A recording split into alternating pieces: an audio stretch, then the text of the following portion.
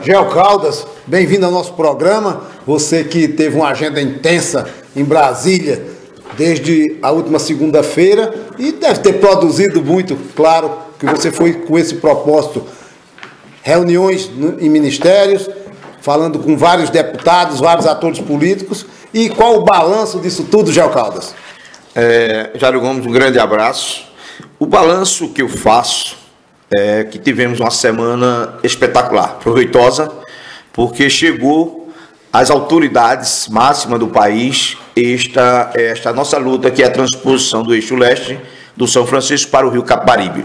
Uma obra dessa tão fácil de fazer e as autoridades elas não ter essa percepção de ter feito isso antes para resolver um problema de uma região tão rica, tão próspera e que está sem esse líquido precioso que é a água. Você suscitou ainda até várias manifestações de agentes políticos de Brasília, lhe chamando até de ministro das águas e falando da necessidade de ter uma pessoa com esse perfil para poder defender essa nossa região. O que achou disso também, meu amigo?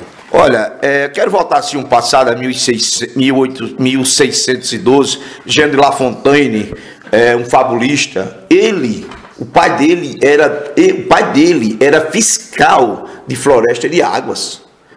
Vejam só, depois o Jean de La Fontaine herdou o cargo do pai. Veja a preocupação que o povo na Europa tinha com a água. Então a água é um bem que nós temos que cuidar. Por isso foi criado aí os deputados federais. Quando eu mostrei, Jário, quando eu mostrei o projeto da transposição do Amazonas para acabar com a seca do Nordeste, quando eles viram o que nós temos, a riqueza que nós temos na maior bacia do planeta, me titularam logo de ministro das águas. E quando também defendi a transposição do eixo leste do São Francisco para o Rio Capibaribe, foi aí que está engordando, o caldo está crescendo como uma pessoa ligada à água, não é? Eu sou uma pessoa ligada à água e a água eu vejo que sim, é a solução das populações. Ora, o nosso povo, as nossas civilizações, Mesopotâmia, na região da Mesopotâmia, os sumérios, os babilônicos, os assírios, eles se convergiram para onde? Para onde tinha água, para os rios, Rio Nilo, Rio Eufrates e o Tigres. Então, toda civilização vai onde tem água e nós não podemos ser diferentes. Então, nós temos que ir e ficar onde tem água. Então, me titularam lá ministro das águas, o deputado JHC, o deputado Eduardo da Fonte, outros deputados do Maranhão, do Acre. Então, para mim, foi uma semana importantíssima.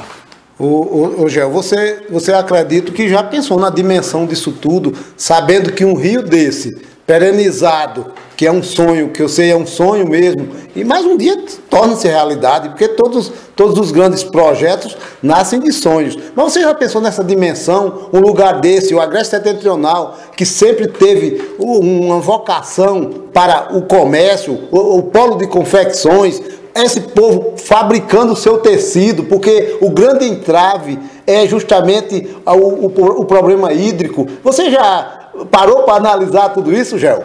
Olha, nós estamos em pleno século XXI. É inadmissível que uma região rica como essa, não tenha água nas torneiras, não tenha água para a indústria. Isso é um atraso.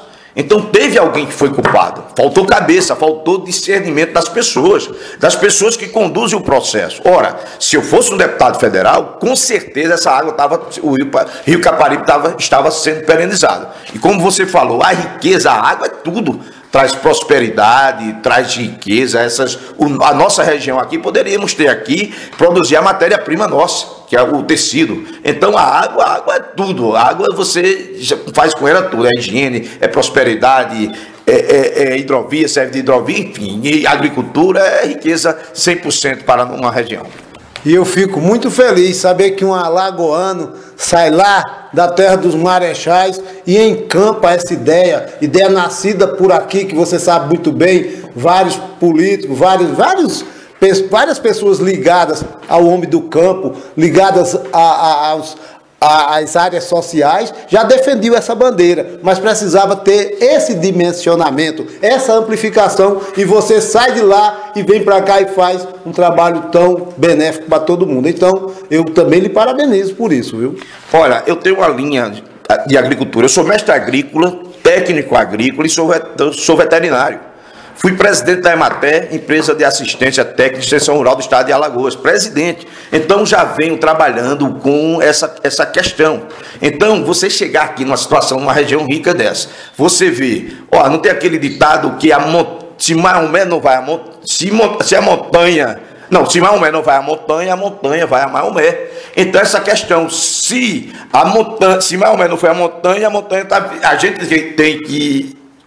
Bom, eu me dei uma perdidazinha, mas tudo bem. Ó, então, é uma solução que nós não podemos deixar de resolver. E outra coisa, viu, Jairo Gomes? E os seus ouvintes, nós vamos fazer essa transposição. Tem burocratas que trabalham contra. Esse projeto é um projeto nosso, do nosso amigo Diomedes Brito, é um projeto meu. Esses atos que estão sendo feitos aqui foi porque nós tivemos a ideia. Quando o Rio São Francisco foi criada a ideia em 1847, o Dom Pedro II sabia da ideia, mas não executou. Afonso Pena sabia da ideia, não executou. Epitácio Pessoa sabia da ideia, não executou. O ministro Mário Andreasa sabia da ideia e não executou. Veio o Lula e fez e executou uma proposta de 1847. Essa transposição do eixo leste para o Rio São Francisco, só quem sabe disso, só quem lutou, só quem criou foi o vereador Diomedes Brito, que lutou, sei disso, atrás de deputados federais e não conseguiu apoio, e agora Gel Caldas. Por que teve o primeiro ato? Porque foi Gel Caldas que criou o primeiro ato. Por que vai ter o segundo ato? Foi Gel Caldas que criou. Então somos nós os responsáveis. Agora sim, temos que trazer deputados federais, senadores e o povo para engrossar esse caldo e a gente fazer isso. E lembre-se que nós vamos fazer. Agora, se depender de burocrata de Brasília, a gente não faz não. Porque o burocrata, quando a gente fala no nosso sofrimento, eles viram a cara. Gel Caldas, e a parte política? Porque a gente falou na parte de execução. Eu presenciei o deputado Eduardo da Fonte, do PP, lançando você como pré-candidato a deputado estadual. E, nesse momento, você ficou calado. Quem cala, consente. Olha, deputado federal Eduardo da Fonte é uma liderança. Foi o deputado mais votado do estado de Pernambuco na eleição passada. Ele tinha uma linha. Ele defendeu o quê? A luz, a diminuição da tarifa. Não foi isso? Da energia elétrica. E eu tenho uma luta que é a água. Água e luz são duas coisas importantes para uma população. É uma locomotiva do progresso. Ora, ele me convidou para sair candidato a deputado estadual pelo PP. Fez o convite, mas eu não respondi. Ora, nós temos muito tempo. O projeto agora é nós brigarmos para essa transposição do eixo leste. Agora, quando você está num movimento desse, as especulações. Gel Caldas, tu é candidato, pode ser federal, estadual, isso aí só o tempo vai dizer. Agora, eu quero dizer que em 2018 estarei participando do processo político. Agora, nosso amigo Jairo Gomes, o meu projeto da transposição do Rio Amazonas para acabar com a seca do Nordeste, um presidenciável lá no Congresso, um presidenciável parou, ele e o deputado Eduardo da Fonte, ele parou e olhou, observou, e está interessado no projeto para colocar no programa de governo. Então, veja como é as nossas conclusões, os nossos projetos, o nosso objetivo. Então, o nosso objetivo está sendo, as pessoas que conhecem, estão sabendo que é a situação, aliás, é a saída para o nosso semiárido, para o nosso Nordeste. Gel Caldas, obrigado pela entrevista.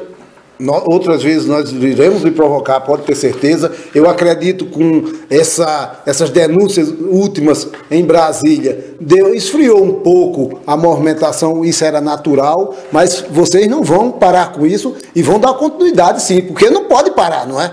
Olha, o que nós vimos na quinta-feira foi a Quinta-feira Negra. Em 1929, em 24 de outubro de 1929, com a queda da Bolsa de Nova York, teve uma Quinta-feira Negra. A Bolsa quebrou, o mundo quebrou. O mundo quebrou. Foi terrível, suicídio, empresas falindo, enfim, teve uma tragédia.